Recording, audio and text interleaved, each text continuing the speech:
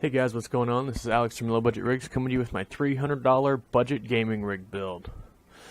Alright, so first thing we did is we stopped over at Microcenter to pick up some parts. I didn't intend to do a full build, but when I saw what they had on sale and, I've seen videos of what I could do with what I had, I decided I just had to buy this stuff right now and build a computer. My girlfriend wanted one, so this is the one I built for her.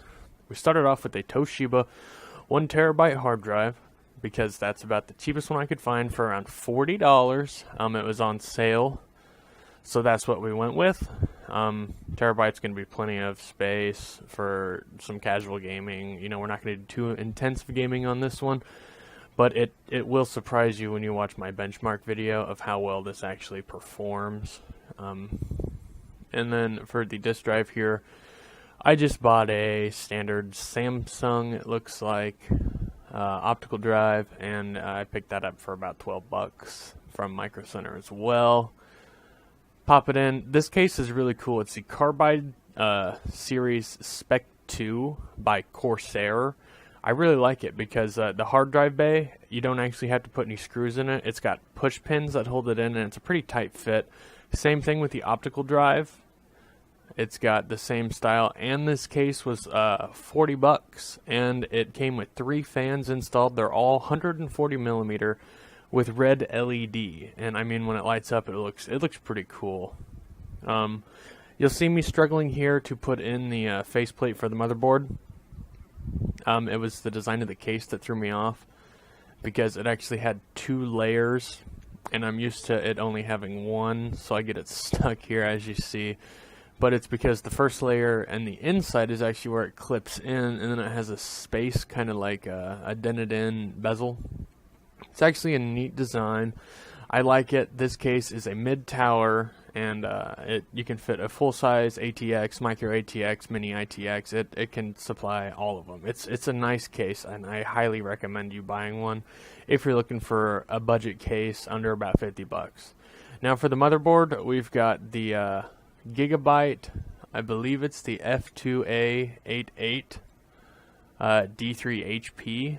There may be some more letters in there. I can't remember. I don't have it sitting right in front of me.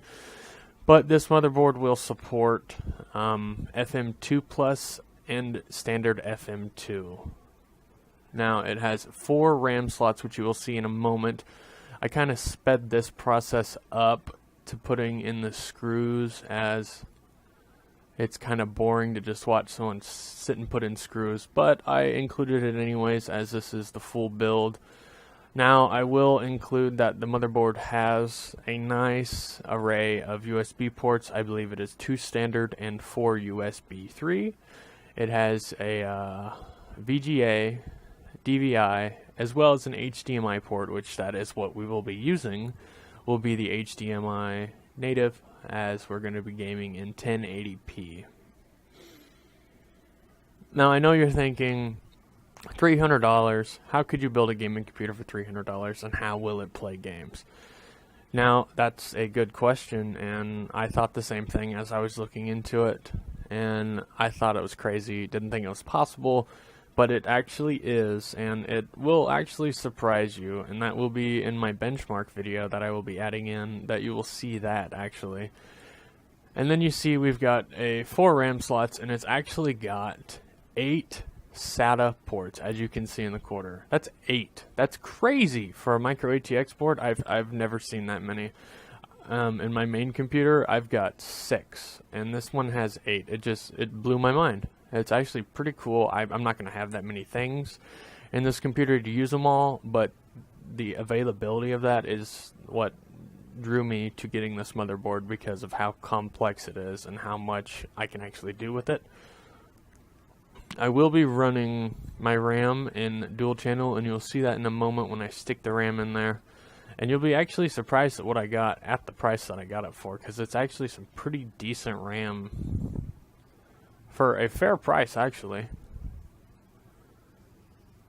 You see me, I struggled with this one. The standoff, actually, the threads were messed up inside of this standoff, and it would not accept a screw. I got every other screw in except for that one, and so I just decided we'll just leave that screw out, as one's not going to be that important. Now for the processor, what you've been waiting for, it is the AMD A-Series A10 7860K. Now this processor has 4 CPU cores as well as 8 GPU cores. Now it has 512 stream processors, which is crazy, you know, because that's, you know, a couple years ago that's what you had in your video cards, and now it's included in just the processor itself. That is why you get such good quality graphics, you know, for such a low price. And it blew my mind. You know, I was considering the 7860 versus the 7890K, I believe it is.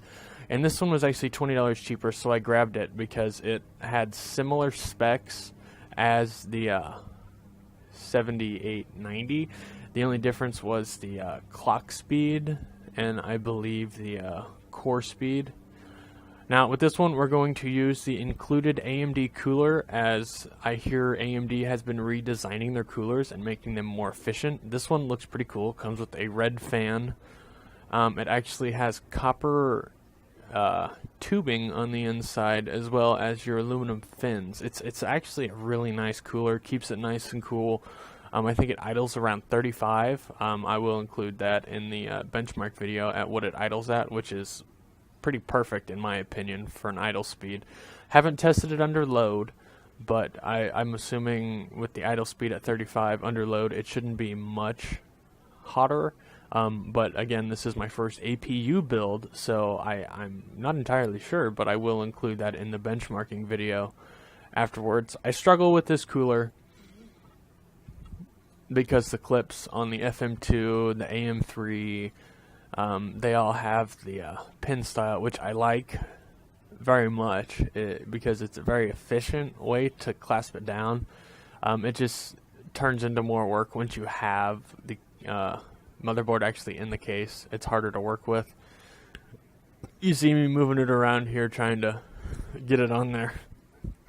I fought with it for a good amount of time and it drove me crazy, but I decided to include that in there to show you that you will struggle. You can. It is possible.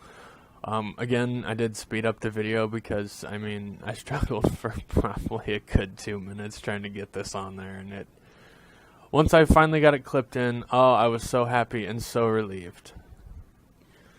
Nice cool red fan on there. Alright, now we've got the RAM coming out here. Now this RAM here is pretty good. I got it for $37.99, I believe. It is the EVGA Superclock DDR3 series, 2400 megahertz for $37.99.